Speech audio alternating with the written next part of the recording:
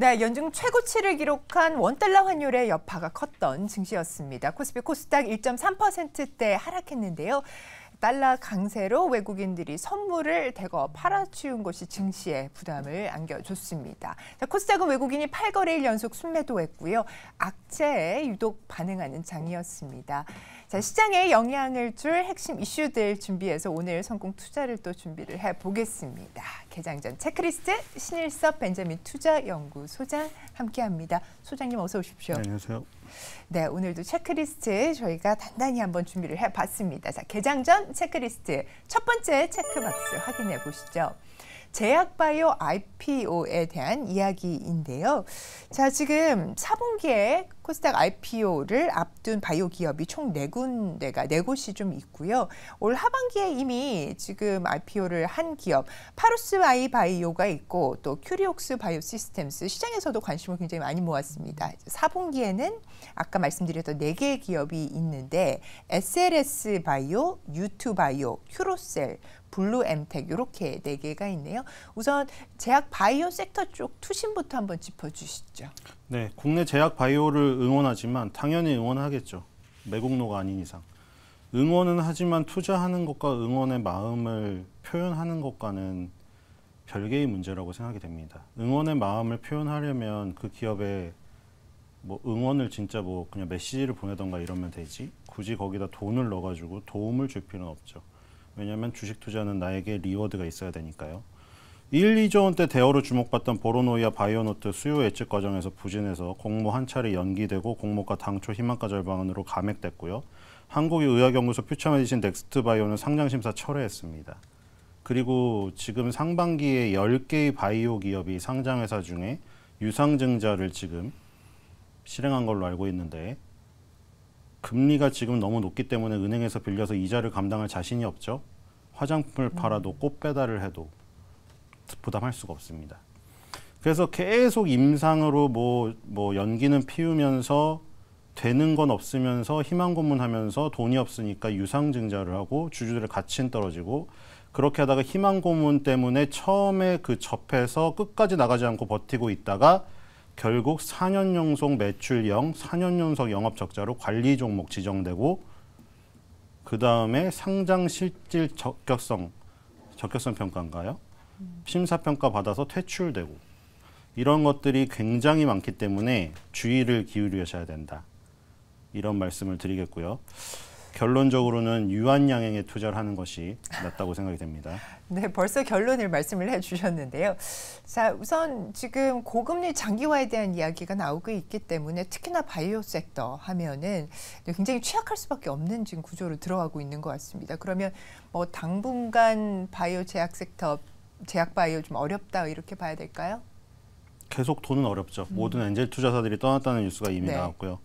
그리고 신라젠과 코오롱티슈진 이 우리나라에서 임상 3상을 거쳐서 K신약의 꿈을 꿈꿨으나 처참히 무너지면서 거기서 투심이 확 식일 수밖에 없었고 그 뒤로도 아까 말한 그런 여러 가지 사태들 임상을 1상이든 2A, 2B상 이 정도 진행해놓고 뭔가 다국적 제약사처럼 신약이 나올 것처럼 연극을 펼쳐가지고 굉장히 지금 블러핑을 한다던가 이러면서 유상증자를 그 높은 블러핑을 보고 뛰어든 투자들 머리 위에 던져버리고 그렇죠? 그런 사례들 해외 학회도 마찬가지입니다. 해외 학회 돈 주면 살 수 있는 티켓을 사놓고 학회에 초대받았다고 그런 블러핑한 사례도 엄청나게 많다는 겁니다. 그럼 4분기에 지금 IPO 앞둔 기업들에 대해서도 다 좀 회의적인 일단 시각을 갖고 계신 거죠, 소장님께서는? 뭐 기술적으로 접근해가지고 대박을 낼 수는 있습니다. 뭐 그런 것은 지금 뭐 단기적인 흐름으로 능력이 있으신 분들은 하시면 될 것 같고요. 큐리옥스 바이오 시스템인가요? 네. 그리고 파로스 바이오인가? 네, 그것도 시세가 엄청나게 났었죠. 네네. 예, 그런 그 기술적인 어떤 접근으로 굉장히 큰 성과를 거두는 거, 그거는 지금 유효하다고 생각이 됩니다. 네, 알겠습니다. 자, 그러면 저희가 단기 트레이딩용으로서의 뭐 접근은 뭐 유효하다 이렇게 말씀을 주신 걸로 한번 정리를 해보겠습니다. 자, 체크박스 두 번째 한번 확인을 하겠습니다. 자, 띄워주시면요. 유가 기대감. 자, 유가에 막혔다라고 해서 부진한 항공주 흐름 한번 짚어보도록 하겠습니다. 이게 초반에는 분위기가 지금 중국에서 단체 관광객 유입되면은 아무래도 좋지 않겠냐에 대한 부분이 있었는데 항공주 지금 상승세, 주가 상승세는 확실히 좀 꺾인 것 같습니다. 두 가지인 것 같아요. 그 국제 유가 치솟는 부분 그리고 고환율까지 지금 덮치면서 이익에 대한 기대감이 상당히 좀 눌려 있는 상황인데요. 항공주 흐름은 어떻게 보십니까? 네, 일단 FSC 풀서비스 캐리어 대한항공, 아시아나항공하고 LCC 로우코스트 캐리어 제주항공을 비롯한 TA, 뭐 에어서울, 에어부산 이런 회사들 전체적으로 공통적으로 작용되는 부분은 거시적인 부분이죠. 지금 그 고유가가 계속해서 지속이 되고 있고 이런 현상은 지금 초반 같은 경우에는 공급 부분에서 사우디나 러시아 부분이 막히면서 사우디는 감산을 하고 러시아는 혼자 왕따가 되니까 다 안 주고 이런 쪽에서 나타나는 것으로 지금 촉발되었으나 결국에는 경기 회복에 따른 유가 상승은 장기적으로 지속이 되기 때문에 지금 이러한 현상들도 계속해서 얘기 드렸다시피 파월이 금리 인상하는 것 자체가 네. 경기가 나쁘면 금리 인상을 안 하죠. 그렇죠? 금리 인상을 한다는 것은 경기가 좋아진다는 신호예요. 주식시장에 단기적인 충격이 있을지언정. 그렇기 때문에 경기 회복에 따른 유가 상승은 계속된다. 그래서 유류 할증료로 부담을 시키더라도 굉장히 부담이죠. 그리고 환율도 지금 계속해서 오르고 있는데 결국 막대한 비용으로 리스를 한 그 프랑스의 에어버스와 미국의 보잉사에서 들여온 그 자금들 다 환율로 결제가 되기 때문에 그런 부분도 부담입니다. 두 군데 다 부담이죠.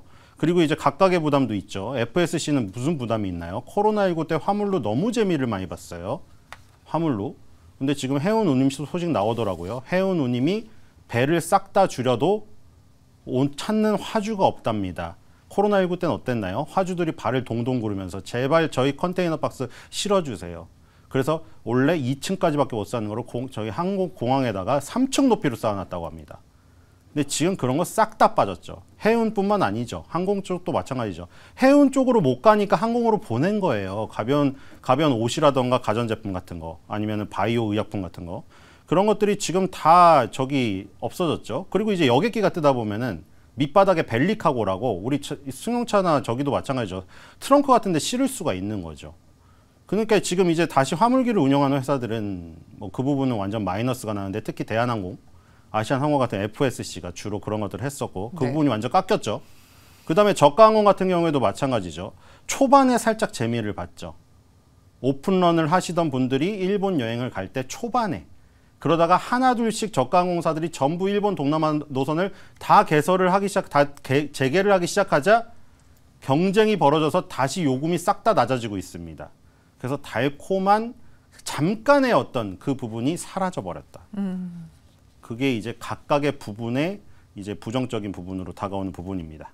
자, 소장님께서는 그러면 3분기 실적도 바로 반영이 될 거라고 생각을 하시는지요? 일단 여객 수요에 대한 부분들은 좀 탄탄할 것으로 전망이 되던데요.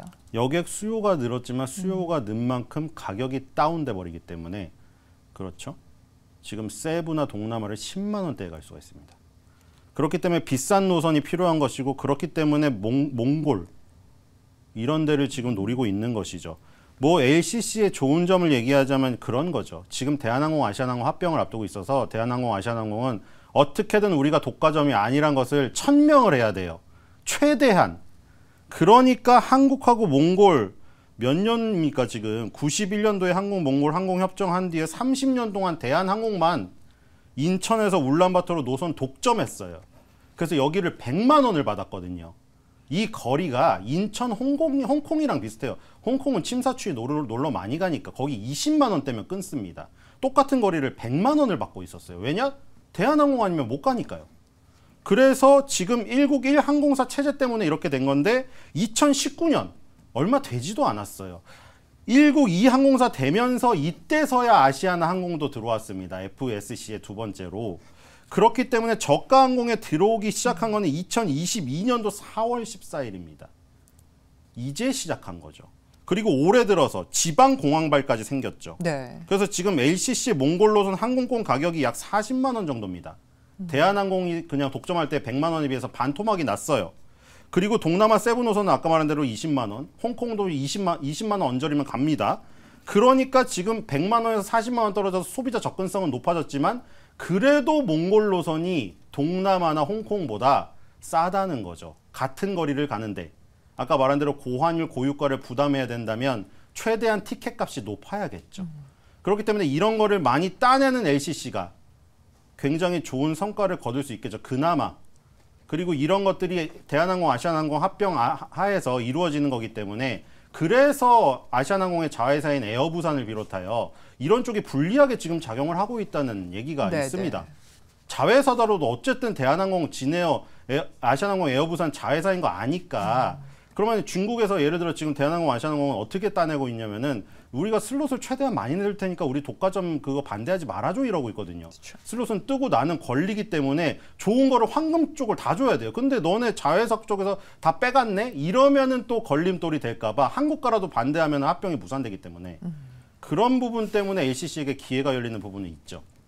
하지만 거시적인 환경에 대한 부분이 더 크니까 플러스 마이너스를 해보면 이런 노선 그 넓히는 거, 네네. 장거리 노선, 중장거리로 지금 펼치는 거 그 부분이 지금 희석되고 있다. 이렇게 보입니다. 그러면 지금 대한항공이라든지 아시아나 같은 경우는 합병 이슈가 있어서 논외로 한다 하더라도 저가 항공에서는 슬롯 관련해서 그리고 지금 여객 유입과 관련해서는 어떻게 보면은 그래도 좀 주가상으로는 플러스 뭐 상승 여기가 좀 있다고 봐도 될까요? 항공주는 힘들어 보입니다.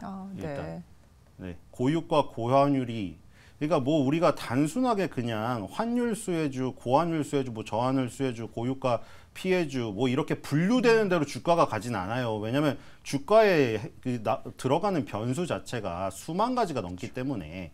하지만 그렇게 가진 않지만 고유가랑 고환율이 동시에 왔을 때 항공주에겐 나쁘다는 것은 확률이 굉장히 높습니다. 그렇기 때문에 이런 환경 속에서는 굉장히 힘든 상황이죠. 만약에 환율은 지금 떨어질 수 있어요. 왜냐하면 지금 그 희망 고문하고 있잖아요. 파월이 고문을 하고 있는 거예요. 생각을 해보시면 돼요. 너네 힘들어? 진짜 힘들어? 실업률 안 나오는데? 실업률 낮은데? 더 괴롭혀줄게. 그러다가 이제 언제 풀어줄 거냐면은 실업률 확 올라가지고 진짜 풀어줘? 너 진짜 풀어준다? 하면서 그때 풀어주면서 이제 당근을 주겠죠. 당근이 뭔가요? 아까 전에 말한 대로. 지금은 돈을 회수하고 있잖아요. 돈을 풀면 달러를 풀겠네요. 달러가 많아지겠네요. 환율이 떨어지겠네요. 그런 그 금리 인상의 꺾인 부분과 함께 같이 네. 나타날 부분은 있는데 유가는 경기 회복기에 계속 오르기 때문에 그런 부분에 대한 부담이 있고 아까 말한 대로 이 노선도 마찬가지입니다. 계속해서 여러 군데로 들어가기 있기 때문에 점점 더 낮아진다. 앞으로 몽골 이쪽 인천 울란바토르 노선도 LCC가 지금 다 나눠 갖고 있는 상황이기 때문에 경쟁이 치열하게 되면은 여기도 가격이 다운돼서 결국 홍콩 동남아 노선 가격으로 가겠죠. 그렇기 때문에 항상 명심해야 될 것은 가격을 올려야 된다. 농심의 주가가 오르는 게 신라면 너구리 가격 올리면 오릅니다. 네. 그렇죠? 자, 그러면 항공주 입장에서는 좀 대내 환경이 굉장히 역풍이다라고 좀 정리를 해볼 수가 있을 것 같습니다. 자, 개장 전 체크리스트 세 번째 체크박스 확인해 보겠습니다. 세 번째 체크박스에서는 로봇 섹터 다시 한번 저희가 확인을 좀 해보겠습니다. 로봇 섹터 지금 두산 로보틱스의 청약 열풍 주변 자금을 다 빨아들일 정도였다 이렇게 얘기를 하고 있습니다. 증시 주변 자금 무려 12조가 뚝하니 줄었다라고 하는데요. 투자자 예탁금 같은 경우도 하루 만에 2조가 감소를 했다라고 얘기를 하고요. CMA 잔고에서도 8조라는 정말 큰 돈이 줄었다라고 얘기를 하고 있습니다. 궁금한 것은 그러면 이런 주변 증시 자금은 이제 앞으로 어디로 향할 것인가가 될 텐데 일단은 그 부분에 먼저 좀 여쭤보겠습니다. 지금 워낙에 이제는 10월장을 또 대비해야 되는 상황이기 때문에 어떻게 보십니까? 네, 일단 두산 로보틱스로 정말 많이 갔네요. 그래서 일반 청약 마지막 날에 일반 청약은 보통 이틀에 걸쳐서 하죠. 기관 청약은 5일에 걸쳐서 한 다음에 거기서 기관이 지금 그 판단했을 때 기업이 내놓은 공모가 하단에서 공모가 상단 중에서 상단을 초과할 수도 있고요. 아주 그 열기가 좋으면. 그래서 이제 공모가 상단 밴드 상단으로 지금 두산 로보틱스는 기관 청약 결과 결정이 됐고 그 공모가를 가지고 이틀 동안 일반 청약을 했는데 경쟁률이 524.05대 1이 나왔습니다. 그래서 증권사 뭐 여러 개 튼 걸로 알고 있는데 키움증권에서만 주를 못 받았어요. 그래서 키움증권 제일 많이 쓰시는데 네, 아쉬운 그러니까요. 부분이죠. 네. 다른 증권사는 한 주라도 받았거든요. 예전에는 다 526대 524대 0.5대 1이면 원래 못 받잖아요. 근데 한 주씩은 주는 제도가 생겨가지고 한 주씩은 받는데 키움증권만 못 받았습니다. 균등 배정이라 그래서 전 또 다 동일하게 나올 줄 알았는데 그게 네, 또 너무 많이 증권사별로 몰리면 다르네요. 그런 경우 그런 저 제도도 깨져버려요. 주를 그래서 잘 어쨌든 써야겠네요. 올해 역대 최대 증거금 33조 1,093억 원이 모집됐습니다. 올해 역대 최고니까 올해가 9월 달이니까 거의 1, 2, 3분기 중에 최고로 돈이 많이 몰렸다는 얘기예요. 그만큼 기대감이 큰 거는 사실이고 어쨌든 근데 두산 로보틱스는 뭐 많이 받아봐야 몇 주 못 받았기 때문에 사실 시세 차익을 내더라도 액수 자체가 적겠죠. 그렇기 때문에 여기서 이제 환불이 될 겁니다. 증거금으로 맡겼던 돈들이. 그래서 이제 여기서 아쉬운 돈들은 빼서 다른 데로 가겠죠. 여기서 아무리 뭐 첫날에 예를 들어 400%를 간다고 해도 그렇죠. 한 주로 400%를 가봤자 사실 큰 돈이 되지 않기 때문에 이걸 다른 곳으로 갈 거예요. 근데 이 공모주만 하시는 분들은 또 공모주만 하시거든요. 그래서 공모주만 노리시는 분들은 하반기 대여들을 노리려고 그 환불된 돈을 또 갖고 있다가 주식시장 상장된 주식에 투자 안 하고 공모 청약만 일정을 캘린더에 써놓고 노리시는 분들이 있더라고요. 네. 그 돈은 바로 또 다른 공모주로 청약에 돈이 들어가겠죠. 근데 상장 주식을 하다가 추석 때문에 이렇게 빠져나가는 돈 때문에 시장이 안 좋으니까 나 공모주나 해볼까 하시던 분들은 사실은 뭐 두산 로보틱스는 워낙 유명해서 했고 나머지는 내가 보기에 인지도가 좀 없고 뭐 시장에서 관심이 없는 것 같아서 상장 주식을 하겠죠. 그러면 이제 그분들은 이제 상장 주식 중에서 섹터를 선택해야 되는 이제 어려운 상황에 놓이게 됐는데 네. 어쨌든 6일간의 휴무가 차라리 저는 다행이라고 생각이 됩니다. 지금 차라리 소나기를 피해가는 네. 차라리 그렇죠. 미국 시장 그 보면은 지금 굉장히 불안하잖아요. 마음이. 그래서 차라리 쉬면서 어떤 섹터를 공략할까 생각해보면 뭐 여기서 제가 섹터를 준비하진 않았거든요. 근데 뭐 예를 들어서 지금 농심 삼양라면 엄청 좋죠. 농심이 왜 좋나요? 지금 미국에서 잘 나가서. 미국에서 25% 점유율이 더 올랐거든요. 도요트 이산인가? 그 일본 회사가 1인데 40%예요. 근데 거기서 농심이 치고 나가면서 미국 점유율을 올리면서 주가가 저렇게 된 거거든요. 화장품은요. 화장품도 마찬가지죠. 미국에서 성과나는 애가 지금 화장품 주가가 좋아요. 그렇죠? 그래서 지금 미국에서 지금 미국 혹은 일본 차이나 리스크를 피해가는 쪽에서 네. 그게 식품 섹터랑 화장품 섹터로 몰려서 그런데 그 섹터뿐만 아니라 중국을 피해가는 이 미국하고 일본에서 성과를 내는 새로운 부분 이런 부분을 투자를 하던가 아니면 제약바이오 같은 경우에는 검증이 된 우리나라의 약간 JYP라고 할 수가 있는 그런 기업들. 그게 뭐냐면 기획사죠. 아까 제가 말씀 많이 드린 그런 그 제약바이오 회사들은 응원하는데 약간 그런 겁니다. 막 순댓국밥집 밑에 있는 지하 1층 작은 임대료 싼 데서 열심히 가수의 꿈을 꾸면서 춤추는 애들이에요. 그런 애들이 뭐 소설에는 신데렐라 스토리로 뭐 대박이 나가지고 할리우드급 스타가 된다. 이런 거는 소설에 나오는 얘기고 수많은 애들이 순댓국밥집 지하 1층에서 연습하다가 사라져요. 근데 이제 그 JYP가 그런 원석들을 발견해가지고 나가서 키워주는 거잖아요.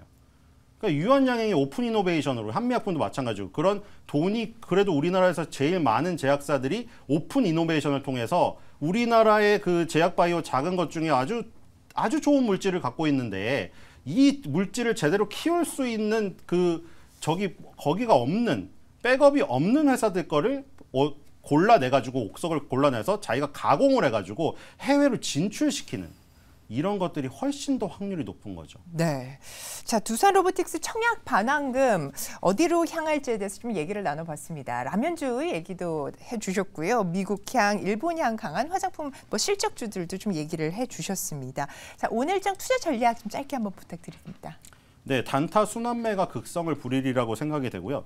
계속 비리비리한 장세가 계속 될 겁니다. 네. 그리고 우리가 그때 팩트를 봤잖아요. 2020년부터 2000년 동안요. 20년 동안 추석 전에는 항상 빠졌다. 거의 100% 확률로. 그리고 추석 후에는 올랐다. 그런 부분을 감안하면서 다시 당연한 사람의 심리예요. 6일을 앞두고 있으니 다시 당연히 돈을 빼고 싶은 심리가 있죠. 그리고 두산 로보틱스라는 대여가 상장하니까 글로 간 것도 있고. 그러니까 그런 것들이 중첩돼서 다 안 좋은 건데 결론적으로 얘기 드리면 아까 파월이 이제 끝까지 밀어붙이다가 여기서 만약에 실업수당 청구 건수가 팍 치솟고 실업률이 팍 올라가고 고용률이 낮아지고 이런 상황이 와버리잖아요. 그리고 물가는 2% 가까이 가버리고 그러면 이제 뭐를 하겠냐. 채찍을 계속 때리다가 원래 비둘기의 얼굴을 갖고 있었는데 지금 매팍 가면을 쓴 거예요. 매팍 가면의 연극이 끝나면 다시 안에 있는 비둘기의 얼굴이 나오겠죠. 그때까지의 기다림이 너무 아프기 때문에 차라리 6일 쉬는 게 낫다. 엄마한테 매 맞고 있는데 6일 동안 그 휴가 주면 얼마나 좋아요. 그렇게 생각을 하시고 그냥 매를 피한다고 생각을 하시면 될 것 같습니다. 네, 이번 추석 연휴의 타이밍은 나쁘지 않았다라고 생각을 하신다는 얘기입니다. 저희 오늘도 도움 말씀 주신 신일섭 소장님 대단히 감사합니다.